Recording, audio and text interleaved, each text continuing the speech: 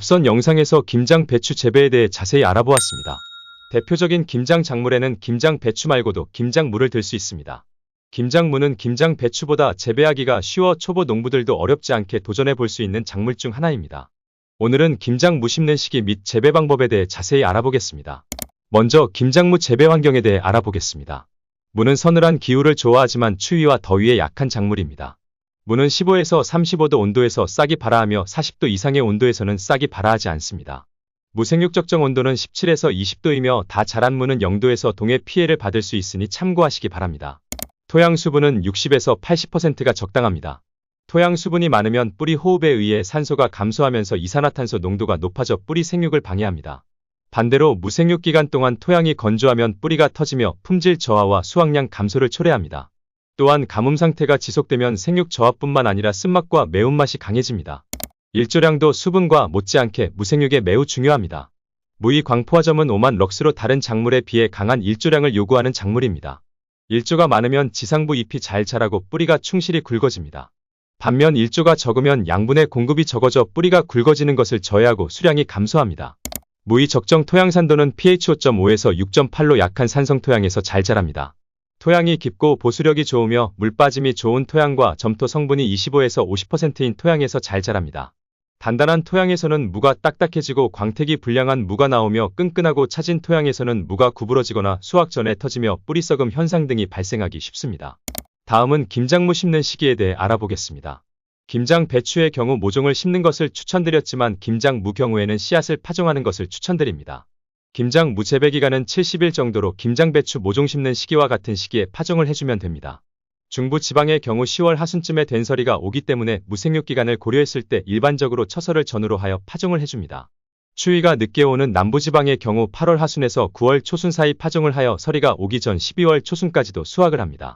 다음은 밥 만드는 방법에 대해 알아보겠습니다. 무는 거름을 많이 필요로 하는 다비성 작물이며 초기 밑거름 작업이 전체 재배 과정에서 중요한 부분을 차지합니다. 무파종 시기 3에서 4주 전에 퇴비와 고토석 비료를 넣고 약 25cm 깊이로 깊게 토양을 갈아줍니다. 무파종 시기 1에서 2주 전에 복합비료를 넣어주고 토양을 섞어줍니다. 밑거름 작업을 마친 텃밭에는 씨앗을 심기 위해 두둑을 만들어야 합니다. 일반적으로 두둑 너비는 100에서 120cm로 만들고 두 줄로 심어주며 두둑 높이는 15에서 20cm로 해줍니다. 다음은 파종 방법에 대해 알아보겠습니다. 김장 배추와 달리 김장무는 모종을 심는 것보다 씨앗을 봄밭에 심는 것을 추천드립니다.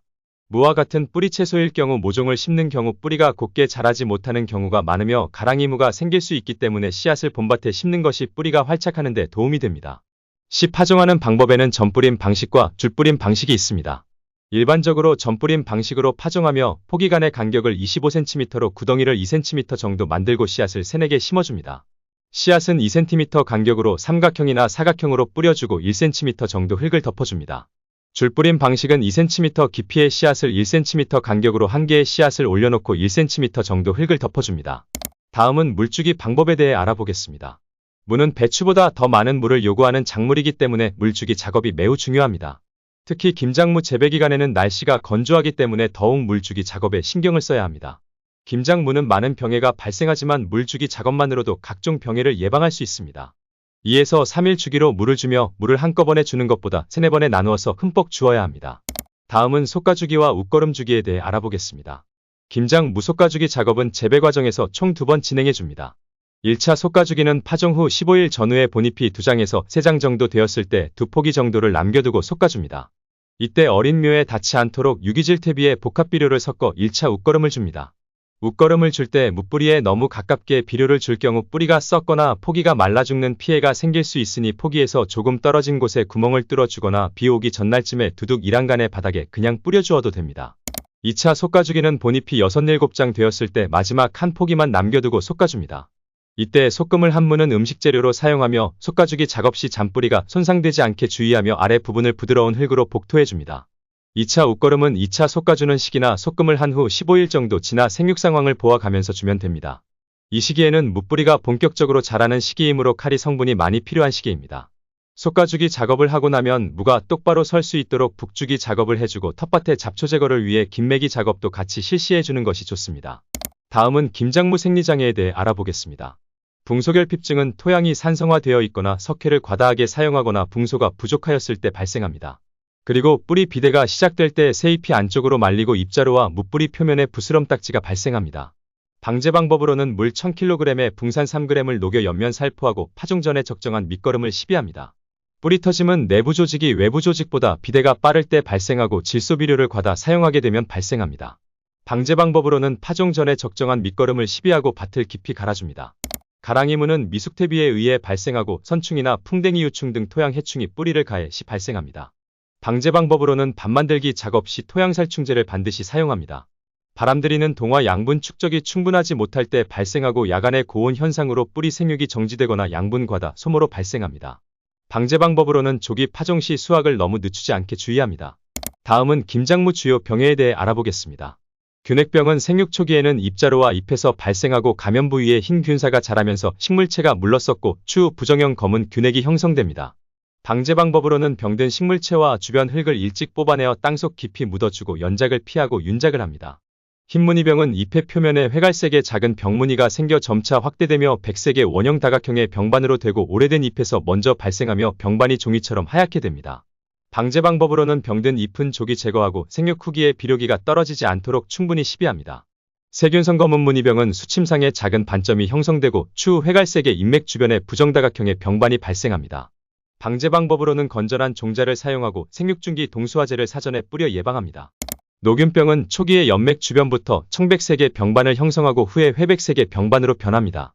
방제 방법으로는 병든 잎은 조기에 제거하고 토양이 과습하지 않게 관리합니다. 검은 뿌리 썩은 병은 무 전체 재배기간에 발생하고 유묘기는 검게 썩고 생육중기는 뿌리의 지하부에 부정형의 검은 반점이 형성됩니다. 방제 방법으로는 강우 직후 항생제 계통의 약제를 충분히 살포합니다. 시드름병은 시들은 잎이 처음에는 한쪽이 황화되고 반대측은 정상으로 자랍니다. 방제 방법으로는 석회 사용을 통해 적정 토양 산도를 유지하고 토양선충이나 토양미소동물 구제에 대해 철저히 합니다. 뿌리혹병은 이 병주의 뿌리는 크고 작은 혹이 여러 개 형성되며 갈색으로 변하고 악취를 내며 부패합니다. 방제 방법으로는 다조매입제로 토양을 훈증하며 후룬사이드 수화제 2000배액이나 호간나 분재를 살포합니다. 점균병은 잎에 까만 중구형의 병원균 포자낭이 형성되고 증상이 심해지면 잎 전체가 파리똥 모양의 검은 점으로 뒤덮입니다. 방제 방법으로는 적용약제를 5에서 7일 간격으로 2에서 3회 살포합니다. 검은 썩은 병은 잎끝이 청백색에서 담갈색으로 마르면서 변하고 도관이 검게 변하고 후에는 중심부가 흑색으로 부패합니다. 방제 방법으로는 동제나 가스란 수화제를 사전에 살포합니다. 다음은 김장무 주요 충해에 대해 알아보겠습니다. 배추점나방은 8월 하순에서 9월 초순에 최고로 발생하고 유충을 건드리면 실에 매달려 밑으로 떨어집니다. 방제 방법으로는 적용약제를 살포하며 동일약제 연용을 피하고 생물적 방제 방법을 추천합니다. 복숭아 혹진딧물은 잎 뒷면에 기생식물체의 즙액을 흡즙하고 잎이 오그라지거나 말리며 진딧물에 의해 그을음병이나 바이러스병을 유발합니다. 방제 방법으로는 적용약제를 살포하고 동일계통이 아닌 약제를 번갈아 살포합니다. 벼룩잎벌레는 어린 모종에 피해가 많으며 흑부병 발생의 원인이 됩니다. 방제 방법으로는 파종 전에 토양살충제를 처리하고 생육 중에는 적용약제를 살포합니다. 좁은 가슴 잎벌레는 가을에 파종하는 무나 배추 등의 심자화과 채소에 피해가 심하며 잎이 그물처럼 됩니다. 방제 방법으로는 많이 발생하는 지역에서는 파종 후 싹트기 전부터 방제하고 다른 해충 방제 시 동시에 방제합니다. 도둑나방은 봄과 가을에 피해가 심하고 결구 채소에 속으로 파고 들어가며 식해합니다. 그리고 성충은 폭이 속으로 들어가서 약제에 노출될 기회가 감소하여 방제하기 어려워집니다. 방제 방법으로는 발생 초기에 적용약제를 바로 살포해 주어야 합니다. 무잎벌레는 유충이 십자화과 채소 등의 잎을 갉아먹으며 특히 가을에 피해가 심합니다. 방제 방법으로는 솎아주기 작업을 철저히 해주고 애벌레의 피해가 보이면 바로 적용약제를 살포합니다. 오늘은 김장무 심는 시기 및 재배 방법에 대해 알아보았습니다. 구독과 좋아요는 텃밭 연구에 큰 도움이 됩니다. 영상 봐주셔서 감사합니다.